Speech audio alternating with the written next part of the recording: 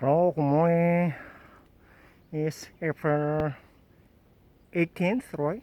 18th, 2021. Sunday morning. Yeah. Okay. Pledge to cut greenhouse gas emissions. The president is expected to unveil that pledge before the summit, and it will probably fall in line with what major environmental groups have urged, which is that the U.S. pledge to reduce its domestic emissions 50% below 2005 levels by 2030. Some folks say that's not quite enough, but it is certainly much more ambitious than the previous U.S. commitment under former President Obama, and that was Listening to the to radio, cut Bloomberg emissions by as much as radio. 28%. I'm working early in the The morning thing in to Mount note here Romney. is that the U.S. is trying to balance commitments. It's trying to make sure that its target is both ambitious but also achievable. That's actually kind of key to credibility. You can't put a number out there that's too high. At the same time, right now a 50% cut would be weaker than the emissions cuts offered by the UK and the European Union. And one other thing, ahead of the summit, the U.S. is also working to build up other commitments beyond cutting emissions. So we're talking about things like spending money for developing countries and really focusing on international climate finance so we can help the rest of the world adopt clean energy. So that's also something we are expecting to hear ahead of the summit. Wow, what a tremendous overview of what we're looking forward to over the next week or so. Let's talk a little bit about John Kerry's role as he tries to secure these new commitments from world leaders. Can you tell us something more about that effort? Right. So ahead of the summit, he's our special presidential envoy for climate, and he has been crisscrossing the globe trying to line up these climate announcements from other countries. As you noted, he's been in China, and he's talked to India. He's really just been everywhere, really burning up the miles. The results have been, frankly, mixed. Canada's on board. They have said they will announce a more ambitious carbon cutting plan before or at the summit. Japan is also discussing plans for stronger 2030 carbon cutting commitments, and South Korea is mulling a halt in financing of overseas coal plants. But on the other hand, Kerry has not so far been able to convince India to set a net zero emissions target. It's under consideration. And that's important because India is the world's third largest greenhouse gas emitter. And there's a real big question, of course, about what China may or may not do at next week's summit or even ahead of the United Nations gathering in November. Now, you did talk about the effort to cut greenhouse gas emissions and the numbers that the Biden administration may be throwing out there. But what are you expecting to hear from other key countries, or whether there is domestic support for this? Because like you said, they go too far, they're going to lose them, right? Well, that's absolutely true. The administration is really building its commitment on a foundation of domestic climate programs and policies. So some of those would require Congress, things like investments in renewable power and electric vehicles, the kinds of things, frankly, that are in the infrastructure package that Biden is asking Congress to pass now. Many of these commitments also, or much of the commitment can also be met through regulations, which the administration can write on their own. Things like, clamping down on greenhouse gas emissions from power plants and oil wells and automobiles. And these are all things that are in progress and planned. Of course, we saw over the last 40 years how tenuous federal regulations can be. So that puts some pressure on the administration to really do as much as possible through Congress to really write new laws and make new spending or allow new spending to help deliver on the U.S. commitment. And we are talking to Bloomberg reporter Jennifer Deloy. Jen covers energy and environmental policy for Bloomberg News. Jen, one of the goals here is to keep global warming under control. That seems like, a long-term goal. Absolutely. When the Paris Agreement was first inked in 2015, there was a broad goal to try and keep global temperatures from rising more than 2 degrees Celsius from pre-industrial levels. That was seen as a good place to start and where we could avoid some of the real catastrophic impacts of climate change.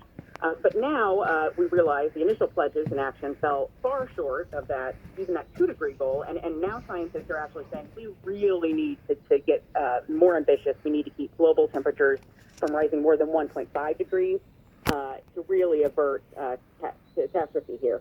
And frankly, that requires just dramatic changes across the world, and especially in developed countries in their energy mixes and portfolios, but also in the way factories do business and even in the agricultural sector. To get there, the world will actually have to zero out greenhouse gas emissions by 2050, and doing that is really only achievable if countries step up their actions significantly. That seems like a really ambitious, really aggressive goal.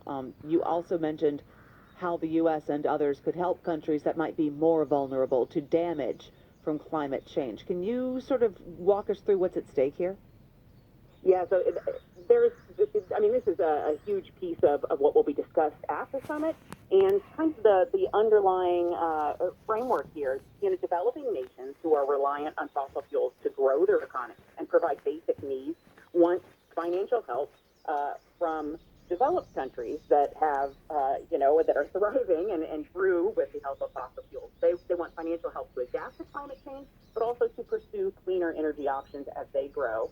And they've looked to developed countries like the U.S. to contribute a lot more financially. So, for example, there's a sense that the U.S. is responsible for most of the greenhouse gases in the atmosphere today, so therefore should do a lot to help the world deal with the consequences of global warming. And there's also interest in helping countries on the front lines of climate change. Island nations who will just be devastated by the potential sea level rise, for instance. The administration has invited several of those countries to next week's summit with an eye on increasing ambition. And I should say that, this is a real sticking point. I mean, everyone likes to talk about this, but so far, developed nations have fallen short on their commitments. Back in 2009, rich countries promised to collect $100 billion a year in climate finance for vulnerable nations by 2020, and they aren't on track to deliver that pledge. So it's not so much that the emissions is the sticking point, it's that being able to help the other smaller countries that might be more vulnerable. That's the sticking point? There's a lot of sticking points, but I think to be very clear, this is difficult. We're talking about incredible ambition, and all of this is hard. But finance is tricky because you're really talking about tension between these nations on the front lines of climate change, these nations that are still developing, and countries that have been able to pump a lot of greenhouse gases in the atmosphere. That's tough to reconcile. We're talking about huge amounts of money. How does technology play a role in all of this? What's the U.S. role there? It's a big piece of this. I mean, the scale of the changes that are needed to cut U.S. emissions in half by the end of the decade is just tremendous. Oil companies need to keep a better lid on methane that comes out of their wells and their processing equipment. Cement makers need to employ technology to capture carbon dioxide from their factories. And frankly, the U.S. needs to move just rapidly to stifle emissions from the power sector. So we can make a lot of those changes with existing technology, adopting more renewable power, boosting our efficiency, using equipment to capture emissions at their source. But innovation can help us get to our target faster and make the whole transition cheaper and easier. And the kind of things we're talking about are improvements in battery storage and carbon capture, but also ramping up the ability to stop carbon dioxide emissions from the air, things that will really help us, especially in the longer term, deal with this problem. All right, Jen, thank you so much for taking the time with us. Thank you, Amy. Jennifer Deloy is a reporter for Bloomberg News covering energy and environmental policy, telling us about the upcoming Earth Day Climate Summit hosted by the White House. And that is what is happening in our nation's capital. For more of our political news coverage, tune in each weekday at noon Wall Street time to hear Balance of Power with David Weston. John.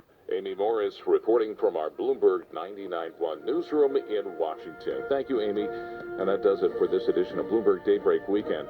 Join us again Monday morning at 5 a.m. Wall Street time for the latest on markets overseas and the news you need to start your day. I'm John Tucker, and this is Bloomberg.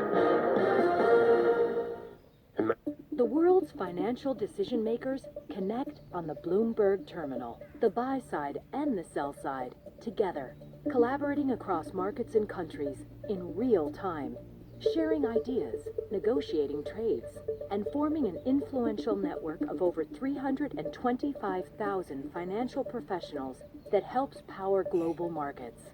Isn't it time you join them? Request a demo at bloomberg.com/professional. Imagine being denied an apartment because of your religion or your race or because you have children or a disability. It's so wrong. Yes, but who has the power to stop this? You do. Each of us has the power.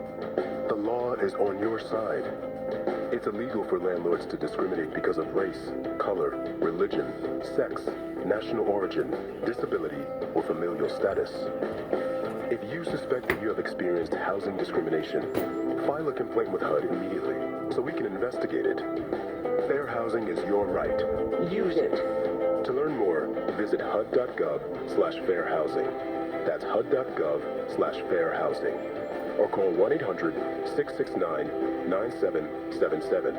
1-800-669-9777. A public service message from HUD in partnership with the National Fair Housing Alliance.